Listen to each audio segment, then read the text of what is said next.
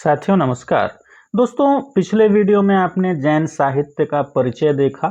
जैन साहित्य की प्रमुख रचनाएं कौन कौन सी हैं, जैन साहित्य के प्रमुख कवि कौन से हैं और ऐसे कौन से कवि हैं जो अपभ्रंश के प्रभाव से युक्त रचनाएं किए हैं और ऐसे कौन से कवि हैं या ऐसी कौन सी रचनाएं हैं जो अपभ्रंश के प्रभाव से मुक्त हैं।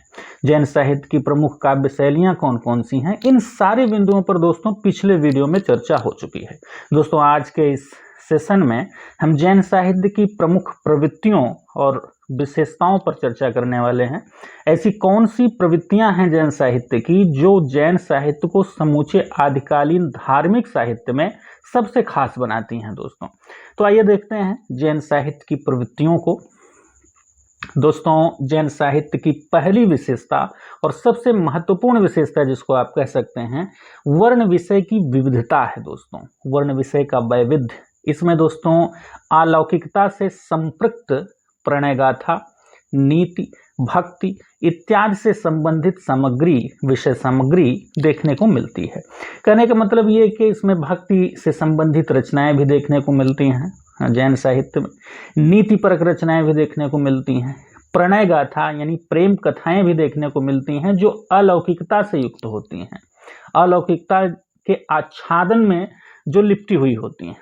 दोस्तों इस प्रकार वर्ण विषय का वैविध्य या वर्ण विषय की विविधता ये आदिकालीन साहित्य की एक, जैन साहित्य की एक महत्वपूर्ण विशेषता है। दोस्तों आदिकालीन जैन साहित्य की दूसरी महत्वपूर्ण विशेषता की अगर चर्चा करें तो वह है चित्त की शुद्धि पर बल। दोस्तों आप जानते हैं कि जैन साहित्य एक प्रकार का धार्मिक साहित्य है। इसमें चित्त की शुद्धि यानी हृदय की जो शुद्धता है, यानी हृदय में कलमस्ता नहीं होनी चाहिए, कलुष नहीं होना चाहिए, विकार नहीं होना चाहिए, शुद्ध भाव शुद्ध विचार से अनुप्राणित हो हृदय चित्त व्यक्ति का, इस बात पर बल देते हैं जैन मत या जैन परंपरा के लोग। अगली विशेषता की बात करें तो कर्मकांडों, रूढ़ियों, बाह्य आडंबरों का विरोध, ये जैन साहित्य की ये भी एक महत्वपूर्ण विशेषता है। इसमें कर्मकांडों का विरोध देखने को मिलता है, जो प्राचीन रूढ़ियां हैं उनका विरोध देखने को मिलता है, बाह्य आडंबर यानी दिखावे का विरोध देखने को मिलता है। दोस्तों घटनाओं के स्थान पर उपदेशात्मकता की प्रधानता, ये भी जैन साहित्य की एक प्रमुख विशेषता है। यानी घटनाएं जो होती हैं उन घटनाओं के स्थान पर, जो भी इसमें जैसे चरित्र काव्य ही जो मिलते हैं उसमें घटनाओं के स्थान पर उपदेशात्मकता प्रधान होती है। कहने का मतलब ये कि घटनाएं गौड़ हो जाती हैं, घटना दिखाना कवि का उद्देश्य नहीं है। उस घटना का जो मर्म है, जो उद्देश्य है, जो उपदेश उससे निकलता है, वो चीज लोगों तक पहुंचाना रचनाकार का उद्देश्य हो जाता है।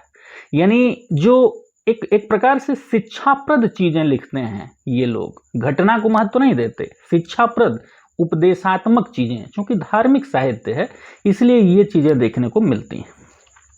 दोस्तों जैन साहित्य की अगली बड़ी विशेषता है काव्य शैलियों में वैविध्य। जैन साहित्य में जो काव्य शैलियाँ, जो रचनाएं शैलियाँ मिलती हैं उसमें दोस्तों विविधता देखने को मिलती है।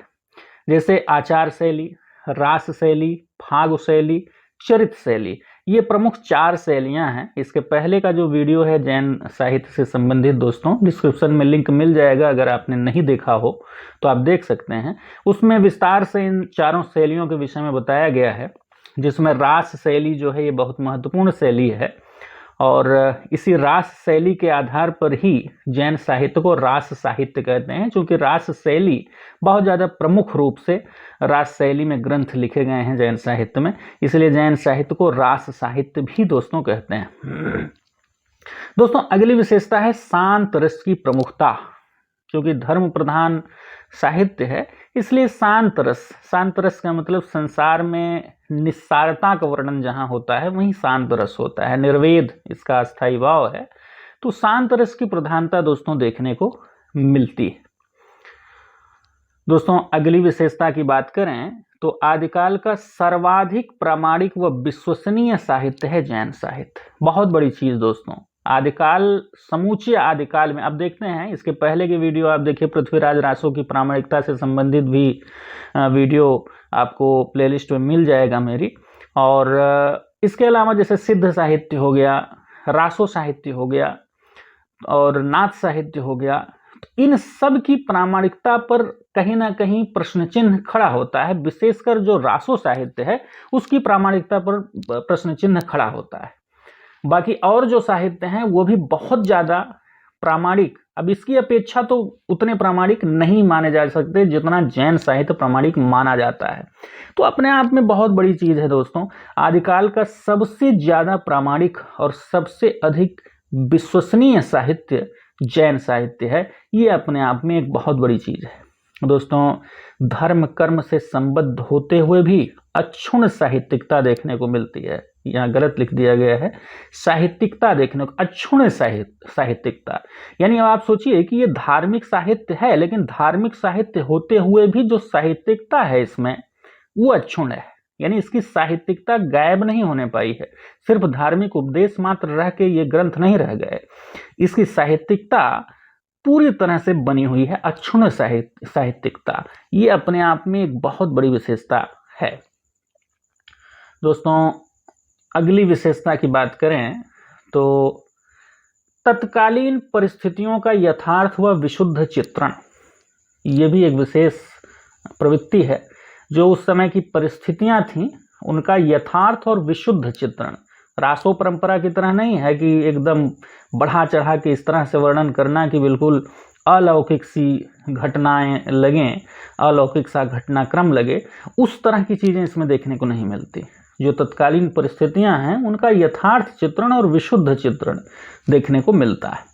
आत्मानुभूति पर बल, अगली प्रवृत्ति या अगली विशेषता, आत्मानुभूति, व्यक्ति की जो अपनी अनुभूति है उस पर बल देखने को मिलता है इस प्रकार के साहित्य में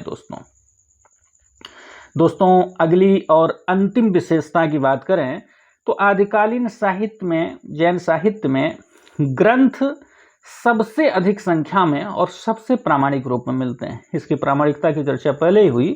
सबसे अधिक संख्या में अगर कहीं ग्रंथ देखने को मिलते हैं समूचे आदिकालीन साहित्य में, तो वो जैन साहित्य में देखने को मिलता है।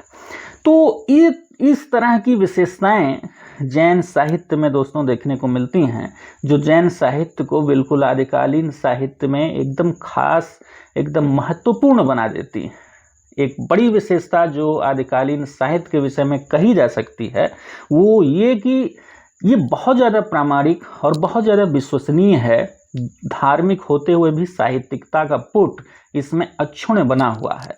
तो दोस्तों बहुत ही एक छोटा सा वीडियो आप लोगों के लिए था ये, जिसमें जैन साहित्य से की जो प्रवृत्तियां हैं, जो विशेषताएं हैं, उसको कवर करने का प्रयास किया गया।